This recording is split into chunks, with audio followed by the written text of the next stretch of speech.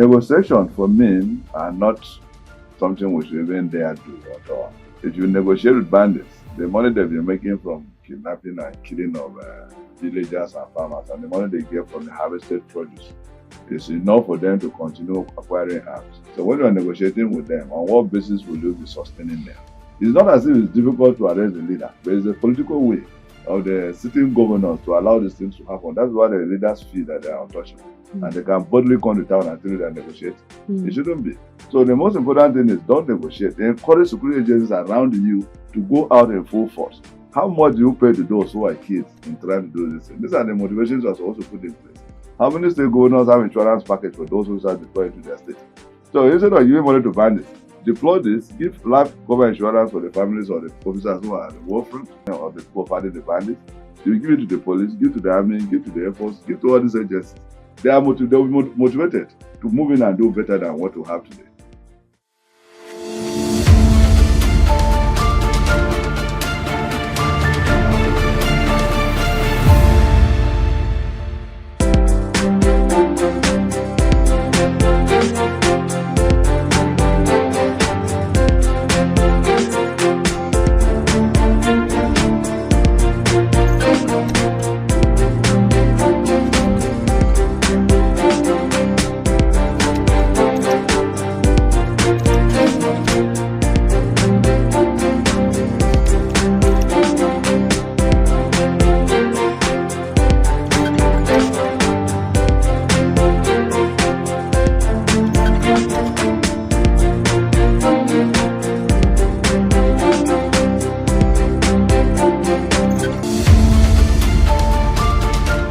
The fight against terrorism and banditry has remained one of the many challenges bedeviling Nigeria 25 years after democracy. In some parts of Nigeria, especially in Katsina, Kaduna, and some parts of Niger State, negotiations with bandits and terrorists has become the order of the day. This is done to end years of kidnappings, destruction, and violence. But this approach looks controversial, especially after the killings of over 40 persons in Zamfara. As the country watches closely, the big question remains, can peace be bought, and at what cost? My name is Margaret Ogumesin. And I'm Charles Agedo. This is Third Eye Africa TV, and the program is Crime Watch. This is a program where we discuss issues concerning security challenges in the country and perhaps proffer solutions as to the way forward, as to the way forward out of these security challenges. Today on the program, we'll be having a security expert who will join us to, take a look at various security issues and insecurity that we've been having across the country. And we'll just go on a short break. When we come back, we will introduce our guest and go straight into the topic of the day. Stay with us. I report. Have you ever witnessed a crime or suspicious activity around you? Don't stay silent. Take action. You can now report crimes easily by sending videos to us on I Report. Record a video and a brief narration of the incident with the location and send to 0701 372 8007 on WhatsApp only. Your action could help save a life or stop a crime in progress. Stay alert, stay safe, be the voice, take a stand. I Report, only on Third Eye Africa.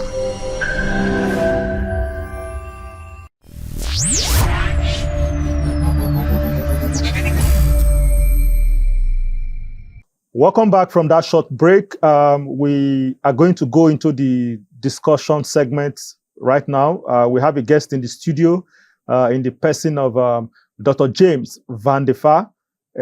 He's a retired Chief Superintendent of Police and is a security expert.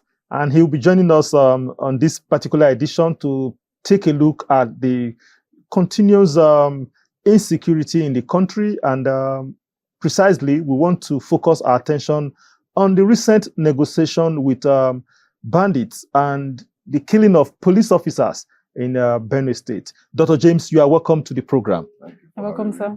It's always a pleasure to have you, sir. Yeah, thank you. All right, sir, we'll just go straight. What's your general assessment of the security situation in the country, sir? Yeah, thank you so much.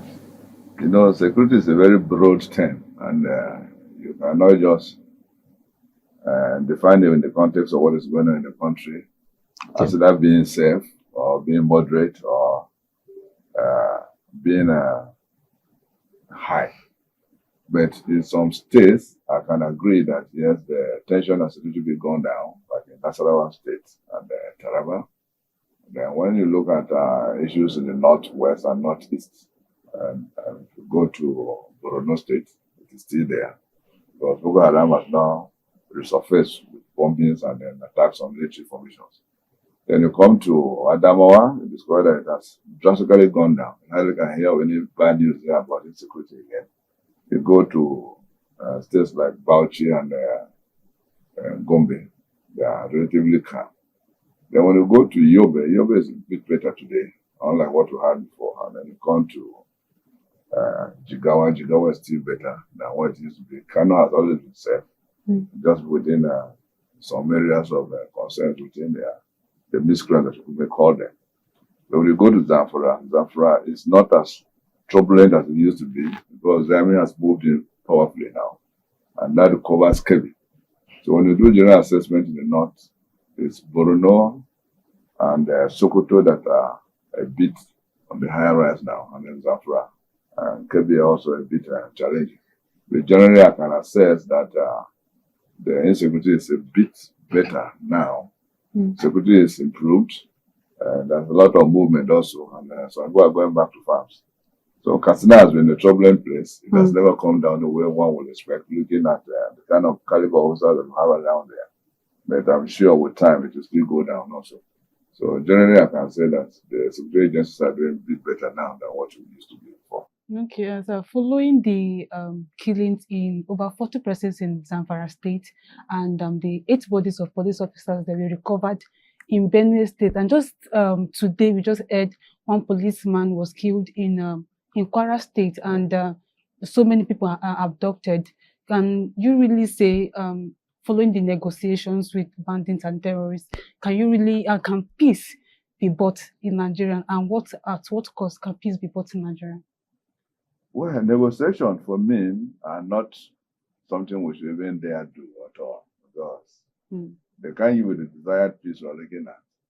If you negotiate with bandits, the money they've been making from kidnapping and killing of villagers and farmers, and the money they get from the harvested produce, is enough for them to continue acquiring arms. So when you are negotiating with them, on what basis will you be sustaining them? Because there's no way the state government can keep funding terrorists to ask them not to attack. Because, and if you negotiate with the terrorist leader today, you don't know his dominion with his own subordinates. When he goes back, is he going to settle them the way he has been settled?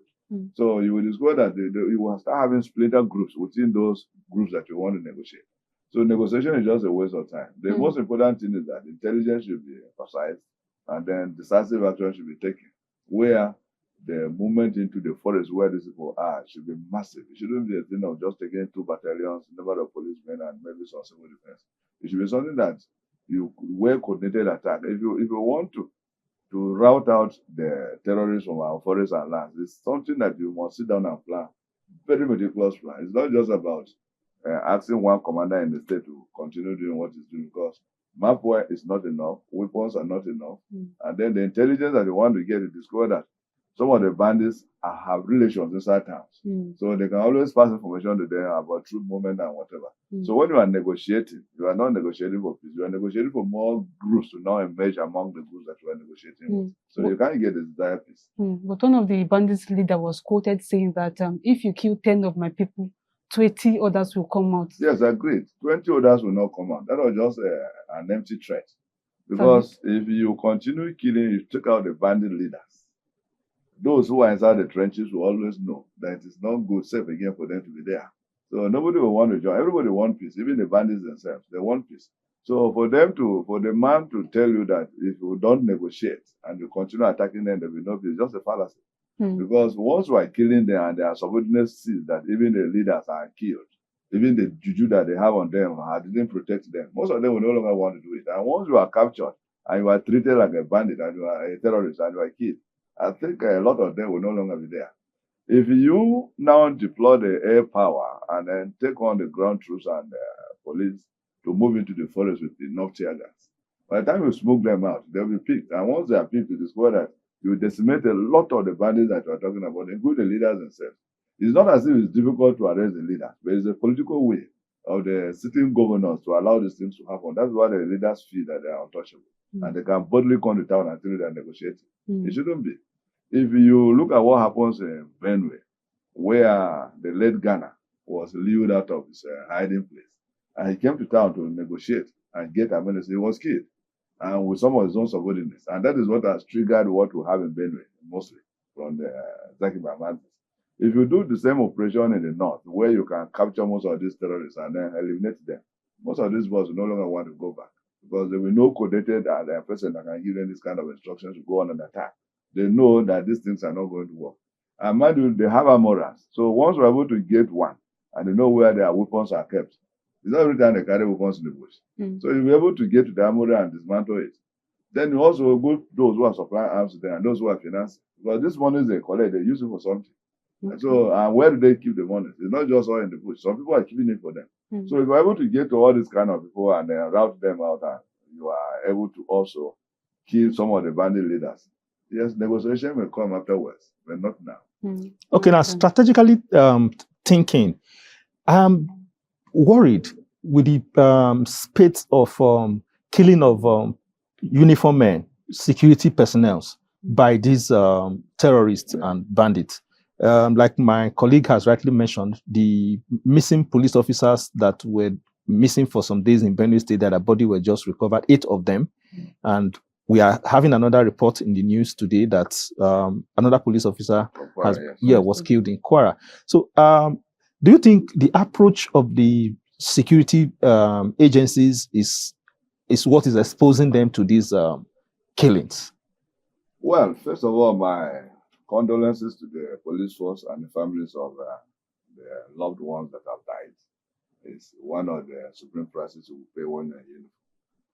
The approach is also defective. That I will agree with you, because when you are moving into a high-profile theater operations of that nature, you can't just carry one patrol vehicle and move the entire troops inside. There should be a backup that will also give a distance. That when you run into an ambush, this one should be able to now give you some cover. But when you carry just one pickup and then you load everybody inside, to maneuver inside the pickup to become a difficult thing. Then to jump down and use your gun, because your gun is not cocked when you are moving to a place like that and you have people inside and the road is not too smooth.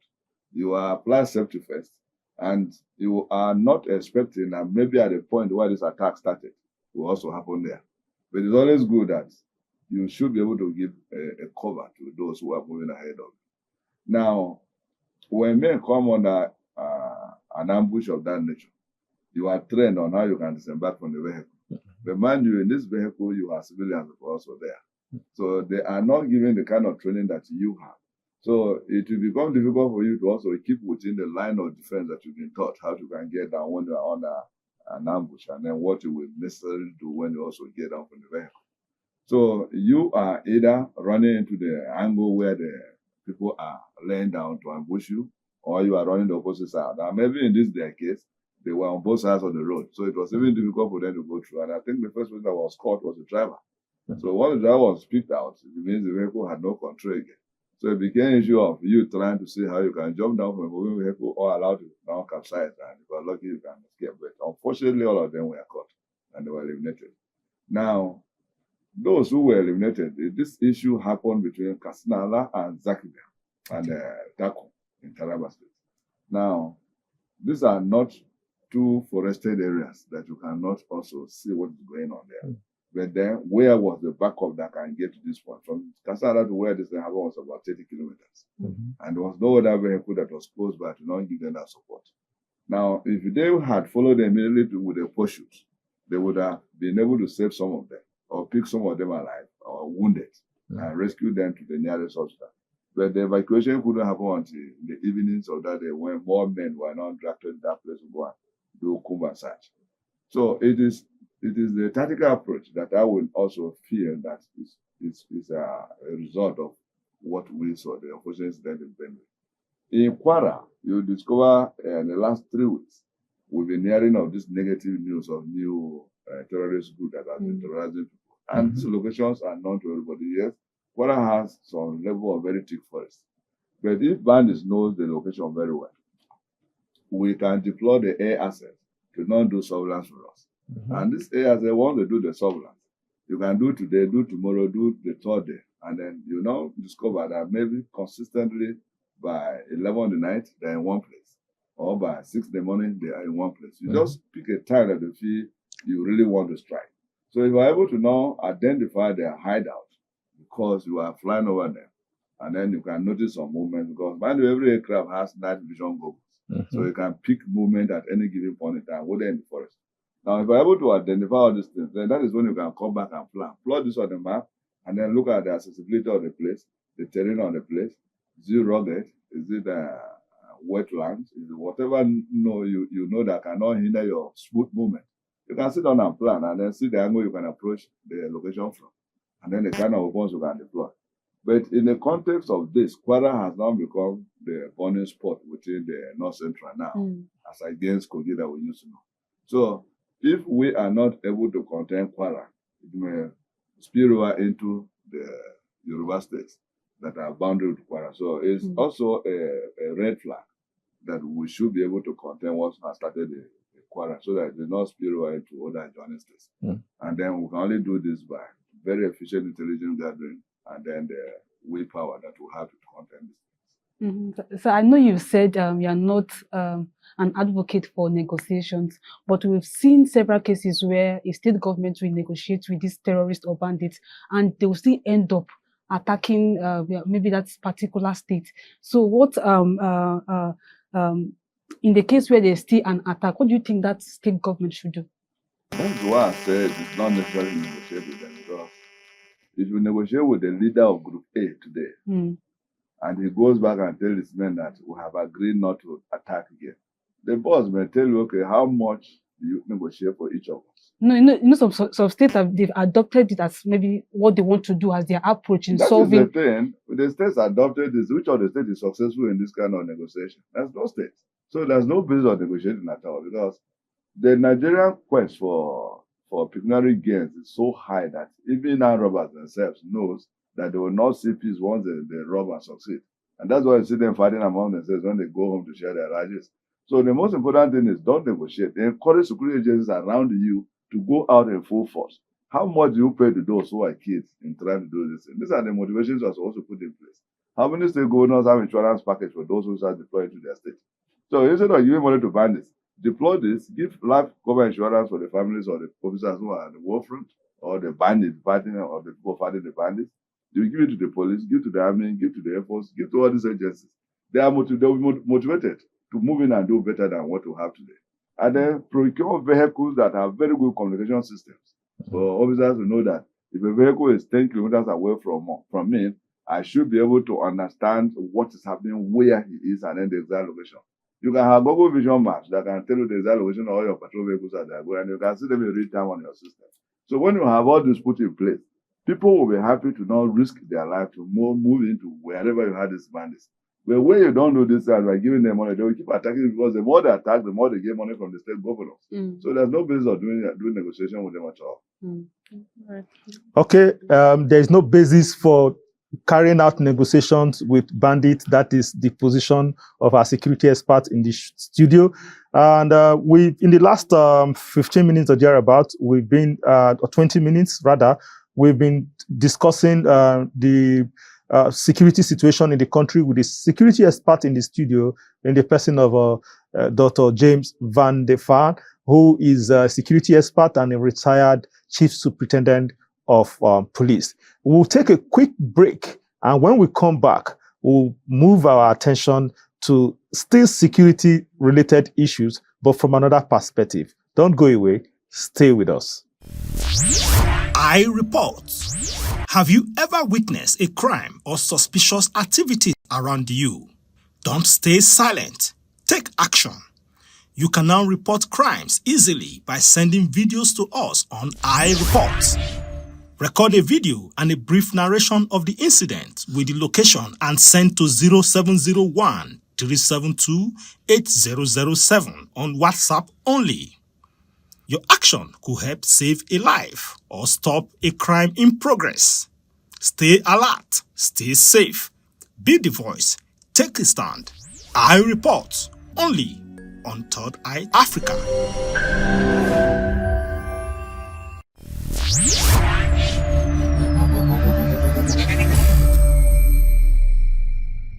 All right, welcome back from that quick break. We are still having in the studio a security expert with us. Dr. James Van der Van is the Chief Superintendent of Police, retired, and he's been with us in the studio to take a look at the, trending insecurity that we've continuously experienced in the country. Dr. James, we want to sincerely thank you for your time. Okay. You are now retired but not tired. And I know that you have a lot of contributions to make, apart from the suggestions and the solution we try to profile by, having this conversation. What role do you think civil societies, and perhaps I know that you might be having a pet project that you are running that is also security related. I want to talk about private security outfits and even, of course, the other security arrangements that I can call it ad hoc security arrangements that we've had in the country. What collaboration, what kind of role do you think this private arrangement can play to, to kind of complement these overwhelming security challenges that we have that seems to be taking lives of our security personnel? Yeah, thank you for that question. We have a lot of ad hoc arrangements in the country in different states to complement what the traditional security agencies are doing to combat crime in their states. Now, of recent, every state is almost trying to have vigilante groups, and the federal government came up with forest guards now. And then you have the one in Oshun, they call it Motekum, headed by Major General. Now, you have the Yawawa and Yandue in Benue, which took over the name that it used to be before. You have so many of them, including Anambra that has their own now. So many states have been able to put in place complementary agencies that will support security operations in their states, because they believe that to localize the security agencies, you will get more information across board to real security men that will be able to now do a lot of damage to insecurity in the state. Now, that has helped to an extent because Amotekun has proven that they can work very well. They've been able to take daring operations in most of the forest to rescue people. Now, if you look at what happens in Borno, the civilian JTA was able to complement what the military were doing. And in most cases, they were at the forefront of pushing Boko Haram. They contributed a lot of successes to what the military had in Borno State. Now, you get to some other states, the same thing has happened. So I would generally say that the involvement has improved the services and operationality of what traditional security agencies have achieved in most of these states. So I will encourage, as a means of suggestion, that most states should also buy from this.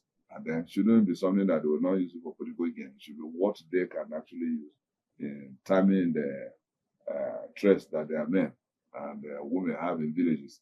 Because most of the local boys we recruit are the ones that came from villages. They know who and who is there. They know who has joined the bandits. They know who has not joined the bandits. They know who's giving information. So it is easier to harvest this kind of people and get what you want to do, to sit down and do logical plans that will be able to caution whatever threat that would have naturally happened.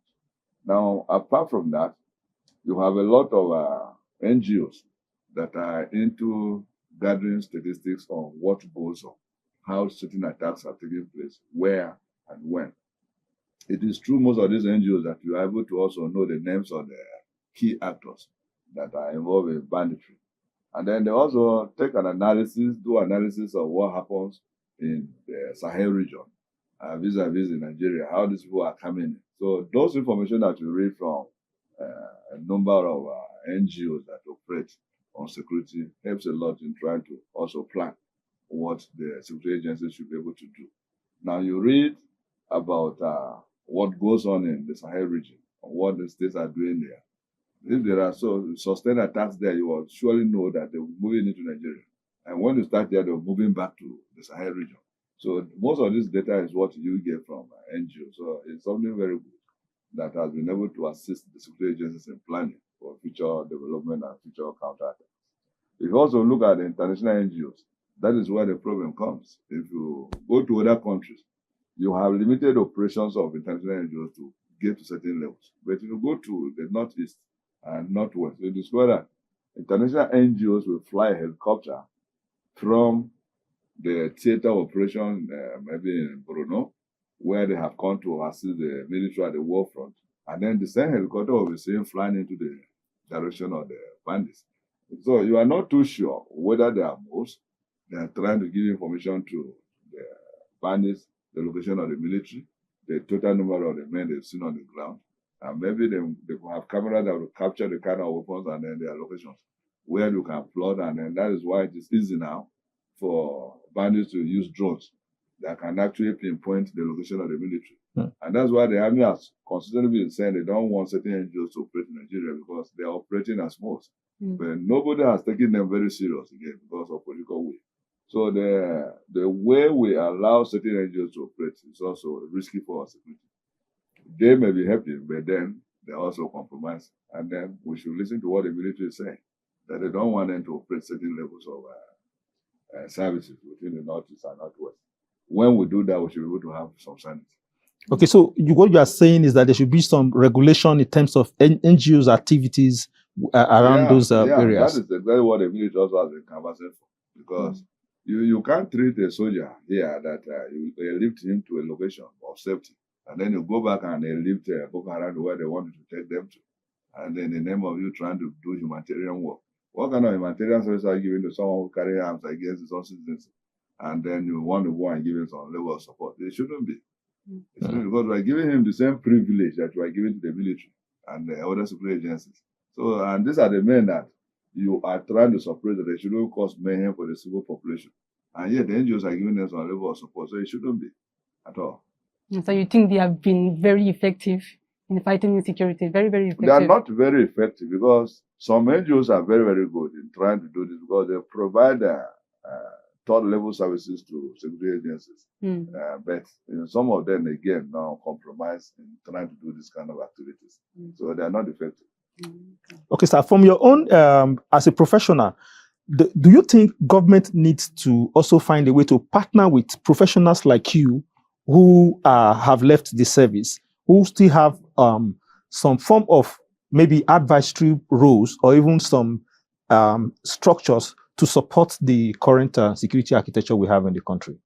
Well, it is not a bad idea for those who serve the nation and retire to go back and still offer some level of advice. And that is why government at various times engages those who are retired and give them certain appointments. They sit on certain committees. They do some consultancies for government. They advise government. And then you see some states have a lot of retired men who are also as security advisors to the governor. So it is not a bad idea for you to serve your nation even after retirement. You still have to do that. It's a fine thing. Okay. So now, from that angle, what I'm trying to ask is, like, we have the security ad hoc arrangement by states and all of that, but we don't seem to have this collaboration with private security outfits, because intelligence gathering is what you have actually pointed out here now. And it has to do with all and sundry in terms of harvesting this information. Well, I think the mistake we make in Nigeria is that when you have these people who stand by the gates of certain buildings, that are registered as security companies, and most of them are not security companies. They're just using these boys as exploitative human beings. Because you employ them and you call them, you are security opposed to this building to go and protect it. And you don't have arms, you don't even have torchlight. What kind of protection are you giving them? You are just there as a gate man. So the earlier we're able to identify the difference between security and gate men, that will be better for us. So you can't go and start having partnership with most of these companies that are incorporated as security companies because they don't offer security at all. What they offer is they give you human services that can be able to complement the employees of a particular agency in trying to access the buildings and then direct those who are coming in new, go to social floor, turn right, park your car here. That's the best you can do because they are not security men. And that is why it is difficult to see most of these registered companies doing the traditional role of real security because even to sell gadgets that are security-induced gadgets, you discover that most of them don't sell. They just have offices that are very small, and then they are run along the family lines. So you don't have experts that will guide you how these things are operated. And when you see their state directors, in most cases, they are civilians who doesn't have any knowledge about security. So it's difficult to incorporate such agencies into what you want to get. The only agencies that you can do are maybe the ones that are set up by retired officers because they know the audience of what they want, and then they go into research. So if you are doing research, it's fine and good. You can use your research to do a lot of things in government. So that is why I think government has not been finding it funny and trying to engage them into supporting what they are doing. Intelligence gathering is for everybody. That is one thing we must also know in the country. Anything you see that you feel is a threat to the environment you are, try to report to a security agency. It shouldn't be the work of traditional trained officers and men that will go into trying to lift intelligence. Anywhere you are, in a beer parlor, in a vendor shop, where you are eating in a bus, people are discussing. You know that these discussions are trying to become, maybe will simulate a lot of negative actions against the state. You should be able to find out who by making friends with them. Get their identity, get their names, get their phone numbers. You can pass such information to government. It's very helpful. If you look at the case in Bayelsa, where unfortunately a developer was murdered, was killed by his own friend for luring him into the bush, and then was communicating with the wife. Now it was a farmer who was in his farm that he had a gunshot and peeped and saw that yes, a car drove out. And he was able to pick the plate number. It is that plate number that was passed to another person that resulted to the arrest of all the suspects. So that is intelligence. So if you have people who can do that kind of selfless service, then this nation will be better than what we are today. So it shouldn't be just a traditional work of those who are trained to collect intelligence that you feel they should be able to collect and use intelligence and gather. Everybody is supposed to be interested in ensuring that you support security agencies in getting enough information by your actions. Okay, so I'll just take you on that because a lot of people will tell you that the process of passing information to security agencies seems very cumbersome, and at times you get some feedback that is, that makes you kind of if you are not in a position to, like maybe a journalist or a public officer that is well recognized, citizens are afraid most times when they pass this information. And if you check the community relations between the police force and the ordinary citizens, I can tell you that a crime happened in Abuja just recently that involved touts, and the revenue collectors that were assumed to be touts tried to struggle with a car owner and led to an accident that took that life. For days, we're trying to reach out to the public relations officer of the Nigerian police force in the FCT, in the person of Josephine Ade. My colleague can attest to that. From our own level, it takes almost forever to get across on a phone call, on a number that is publicized. Is there something apart from the police, the other security agencies can do to ease this process of, passing information or even making inquiry from their PRO's office? Yeah. Communication has been a challenge in Nigeria generally, not just the police or other security agencies. You have numbers or email or a website. When you want to access the hotel, it's not available. It's not. And when you call certain numbers, they also not pick. You may, as a PRO, not be available to pick your calls because you are engaged elsewhere doing something.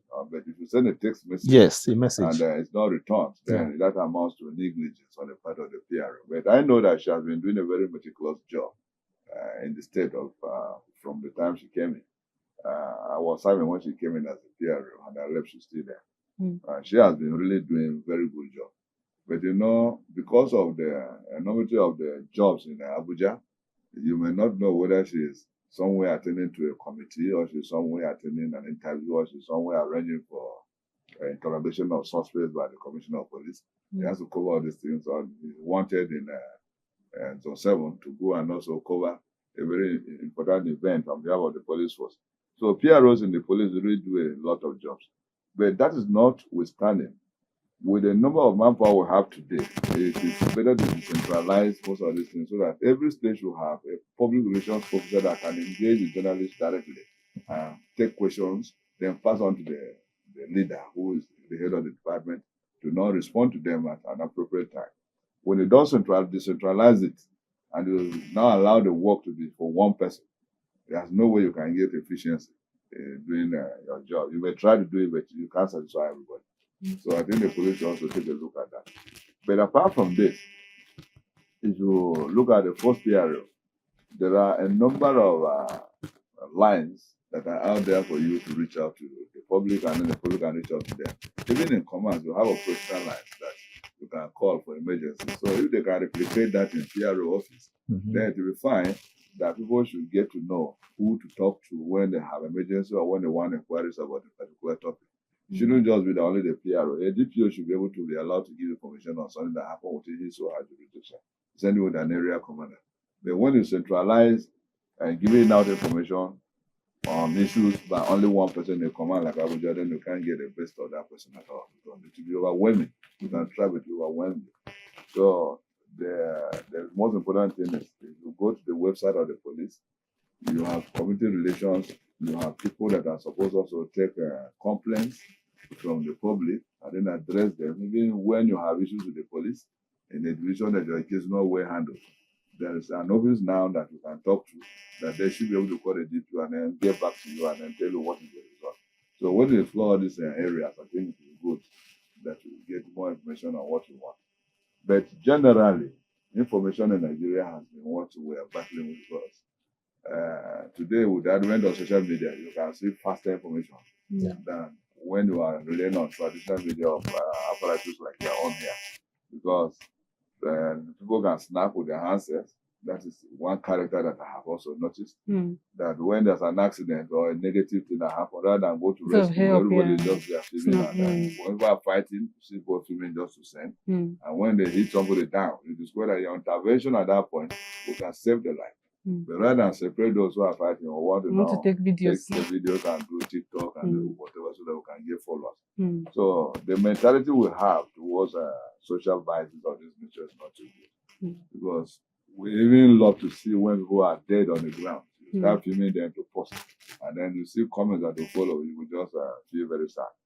So it is one thing for you to have a handset, it's another for you to use it very well. Information gathering is very good. But then disseminating the information should be what you should be able to look at the consequences of that information you want to churn out on the lives of those who may be relatives of these people. So, but I think the PRO generally is doing well. All right, so let me take you on this one. We're talking about the police. Still talking about police. Now that the hunter, that's the police, has become the hunted, don't you think it's time for the country to maybe look beyond Nigeria and seek help from maybe other countries? Well, there's no country that is independent when it comes to the issue of fighting insecurity. Now, police at Nigeria has been accessing a lot of support from other countries. Traditional NGOs have been assisting. But have you been seeing the result really? Yes. If you look at certain equipment the police have, these equipments are given by traditional NGOs that feel that we should do the right thing. If you also look at the military, it's the same thing. So there are a lot of collaboration that you will see. Recently, our troops went to Russia to participate in the Russian drills on how wars are fought. And that was a very rich experience they came back with. And then most of these collaborative efforts that are there, but mind you, security issues are not what you can just publish anyhow. Absolutely. Announce that today I have acquired ABC. No. If you acquire gadgets that can make you track people today, you shouldn't just go and start disclosing I have a gadget, because Nigerians are very intelligent and sophisticated. You will see that tomorrow someone will be working very hard to make sure that they crash that particular gadget that you have brought in, and then cause it to now take in a virus. So it will become difficult for you to now operate that thing at the optimal level that you feel it should be, because it has already gone through a virus attack. So cyber security is what we are also trying to make sure that every service in the police, in the military, in the Air Force has been able to get used to, so that we can prevent most of these presumed attacks that we feel should happen to our facilities. So we have been having a lot of support from other foreign governors, other foreign governments, international NGOs, and there are bilateral relations that Nigeria signed for security, and that has also worked very well, very well, in ensuring that even the Navy has a lot of training that they go to America, they go to Brazil, they go to UK to get a lot of sea-going training. So of recent, we've been able to acquire a lot of aircraft to booster the air power that we have. These are all collaborative efforts of the present government and then some other foreign governments. You know, you can't just go and start buying weapons unless there's a good way that the foreign government has seen into your own. That you are not using it to not just kill your people. And that is one area where the fight against insurgency is also difficult. Because you want to balance the human rights abuses, and then this is an insurgency that has not been declared a terrorist operation. So there's a limited way you can move in and do certain things. But when you overuse certain weapons, they will tell you that these are civilians. You're not supposed to do that. But within you, you know the weapons they are carrying against you are very sophisticated. So, and then, but the laws are limiting you that you can't use maybe artillery shells or armored cars to not start bombarding people who are inside the forest. But they'll tell you that is too punitive, and you'll be violating international law. So, government is always careful in ensuring that their records on human rights are also good. So we can't be seen as a nation that is killing its own people. All right. Okay. So this is an issue that we can't just stop talking about. The issue of state police. I know we had a conversation around it the last time we had you on the show, but since then till now, the president has come out openly to make his position known on about the issue of state police. And just recently, Governor Fitirin also made his position clear. And I said it in one of our daily reviews on our newspaper headlines here, that Governor Fitirin is just one person. It is a constitutional matter that requires the majority that eventually take the day. Now that the president has openly, make his stand known about the issue of state police, do you think this will have a role to play in curbing this? Because I think when we talk about the primary role of government is about the lives and property of the people, and the police is at the center stage of it. Even the military that is supposed to be responsible for external aggression has moved into the internal, security, fight. Now, that now brought about the issue of, maybe establishing state police. Now that the president has come up with his own stand, do you think we are heading in the right direction when it comes to the issue of state police? Well, for me, I'm not an apostle of state police. At any given time you ask me, I'll tell you.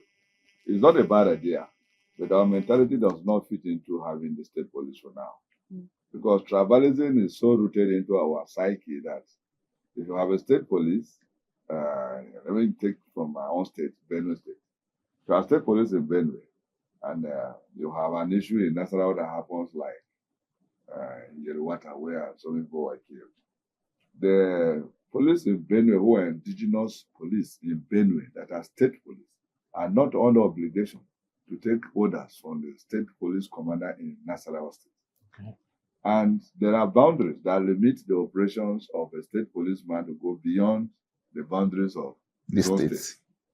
So if he ventures into pursuing the bandits that are operated that way, even though they know that they're in Nasarawa and they know their location, you discover that it will be difficult for them to move it. It will become a civil war between Benue and Nasarawa State, between the police of Benue and the police of Nasarawa State.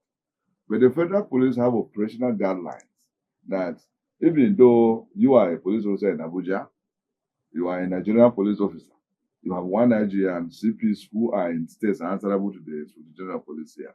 You cannot just move from Abuja and arrest someone in Nasarawa State, even in Karo here. You can't just go. you must go to the area commander or the division that is close there. Arrive yourself, document that you are from this division, show later that your superior has given to you, authorizing you to go back on that journey before you can be allowed to go to the location you want to go. Now, I don't think you can get this kind of seamless operations if you have a state policeman coming from another state to effect an arrest of even his indigenous in that state. It's going to be difficult. Because if you look at the state governors themselves, are they united? They're not united. You hardly can see 3 state governors or 2 coming to do an investment that is on their own boundary that can give life to people who are around the boundary areas. When anything happens on the boundary, you see a governor speaking to support his own viewpoint against what has happened in that state. When the issue in what happened, the governor of Nasarawa State was denying that the people didn't come from Nasarawa State. Benue State was saying that the people are hiding in Nasarawa State. So it has become a pro and for argument to support your own position that you feel is best suited for your political career. So if the governors themselves are not united, local government chairmen are not united, then there's no way you can have a state police that also be united with another state police. And during the election, mind you, any governor that is trying to win a second tenure election will use the state police to arrest anybody who is in opposition that is trying to give him problems. And that is the instrumentality of the law. So the president has a country at his own disposal.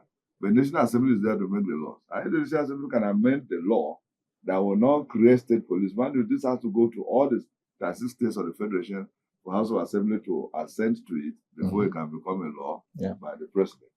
When the president assent to it. So amending that section alone is going to be difficult. Now you go to Kano. Kano has Hizbah. That is our own Islamic police. Now the Hizbah, what do? It's supposed to be for those who are practicing the religion of Islam. But every day you hear that Hizbah has arrested those who are drinking alcohol. Now, what does drinking alcohol has to do with your own faith? That is your own faith. This is my own. We have a thin line. You don't drink, let me drink. So why would you force me not to drink because you are doing your own work? You see? So when you have this kind of differences that are not addressed today, there's no way you can have a state police that will also address most of these challenges, the cultural differences that we have today. So for me, state police is not an option. So what you're saying, what you're saying is the pros, the cons of state police seem to be outweighing the pros of. Oh yes, the cons outweigh the pros that you can get from having the state police at any given point in time. Okay, so from the democracy we are practicing, some we say is a borrowed system from the American system of government. Can't we begin to look at how the best practices in America, for example? I understand, I have read, I've seen in the news that there are state laws. Like if you are driving from Los Angeles to New York City, for example, and your kilometer says 80 per hour in where you are coming from, and it's 75 or 70 in where you are driving into, the police can flag you down, and the law in that state is going to cut up with you. Can't we begin to borrow some of these, strategies? Now that we are still in the process of the debate of whether we should or we should not have the state police, what are your recommendations? What are those things you think, if we must have state police, these are the things that we must have to complement these laws? Well, you said that it's a borrowed arrangement that we have, democratic arrangement that we have, because in the ancient, the pre-independence time, we didn't have democracy. Now that we have it, that is modeled after, maybe they say it's modeled after America. For me, I always don't look at our democracy being modeled after America or any of the European countries, because what we do is at variance with what they do there. Now, accountability is what we should also look at first, if you want to have a democratic structure that can serve the people. But nobody is accountable to anybody in the country. That is one thing you know. Now, governors are independent. The president is there, has so much power to do whatever he wants. Every appointment you hear, the president has appointed a person. That's the kind of democracy we have here. Now, a state governor has no right to challenge the president to an extent. Yeah. The president can wear his hammer on you and will tell you that you are suspended for 6 months. It's an emergency rule. Now, you can't have emergency rule in America of that nature. You can't suspend democratic processes in the whole state. Now, Supreme Court is decentralized. So keys are dispensed with in an advanced democratic nation like America. Why didn't we copy that? That in the whole nation, you had just one Supreme Court. And that one Supreme Court adjudicates both on criminal and civil matters. So it will take you like 15 years to finish your land dispute in the Supreme Court here. That is the challenge that you also know that we have in our judicial process.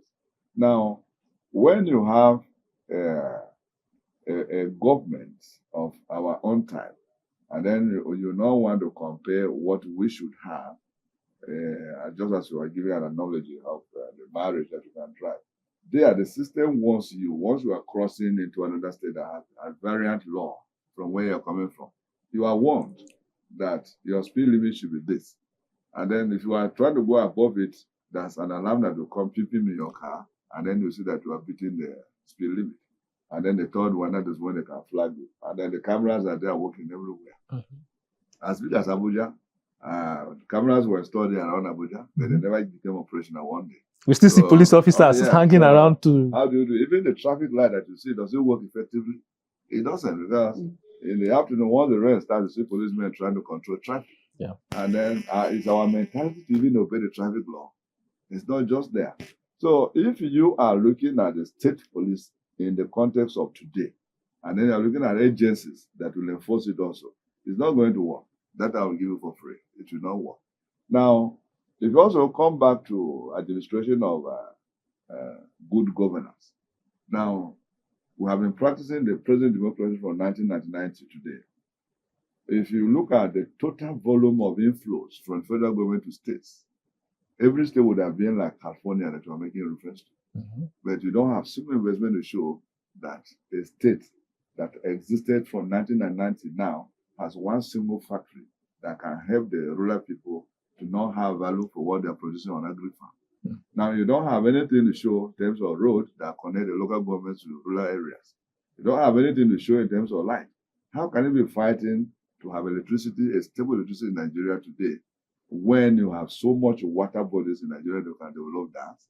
You have over 100 dams in the whole northern Nigeria, over 100 that are active. Now, do they generate electricity? Do they give you value for their existence? But every day you see a lot of billions going into this. So I've told you that corruption and ethnicity can never allow any digital thing to work in this country. So the sooner we start thinking about not having the state police, the better for us. Okay, do you think the question of restructuring could address all of these points you have made? Well, the restructuring too is the same thing you are looking at, because we had a national sovereign conference here under Obasanjo. And then I know that a lot of demands were made. And then I think under Yar'Adua or Jonathan, there was also a national conference that was to curb the expenditure of government. So more money will be available for government to use in developing the country. Now, so many parastatals were asked to be merged. So many ministries were supposed also not to come on board at all. Now, but today, government doesn't have the political power to also enforce the same committee report that government put in place. So when you don't have the political willpower to do certain things at that level, there's no way that the governors will sit and tell you that the state police is going to work well for them. Because if you are operating an Islamic police in Kano, and then you have a state police in Kano, you have a Sharia, how do they call it, Sharia militia or Sharia marshal in Zamfara, that arrest people who also drink and fornicate. And then this laws doesn't affect the big men in the northern Nigeria. It's only the poor that are subjected to the tenets of Sharia law.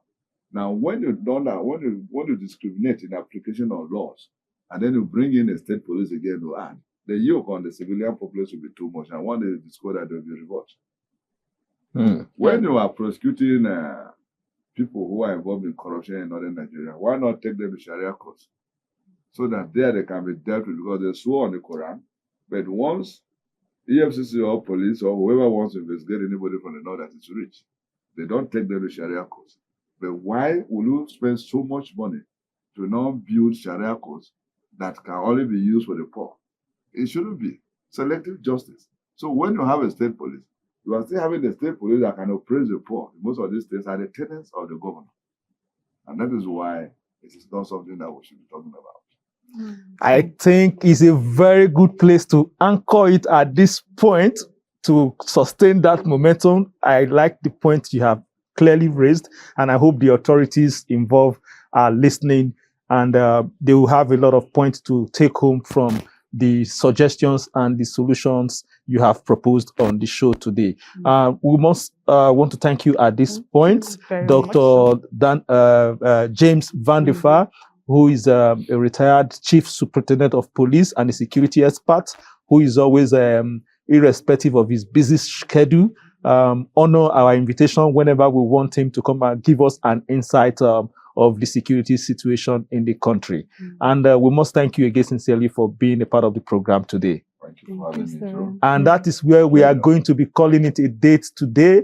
And this is Crime Watch on Third Eye Africa TV, your number one channel when it comes to crime fighting, investigative reporting, and of course, community safety is our priority on this channel. From me, Charles Agedo, I want to sincerely thank you for joining us on the program today. My name is Margaret Ogumesin. Thank you for watching, joining us on today's episode of the program. All right. Keep a date with us, same time, same station, and we'll come again with another edition.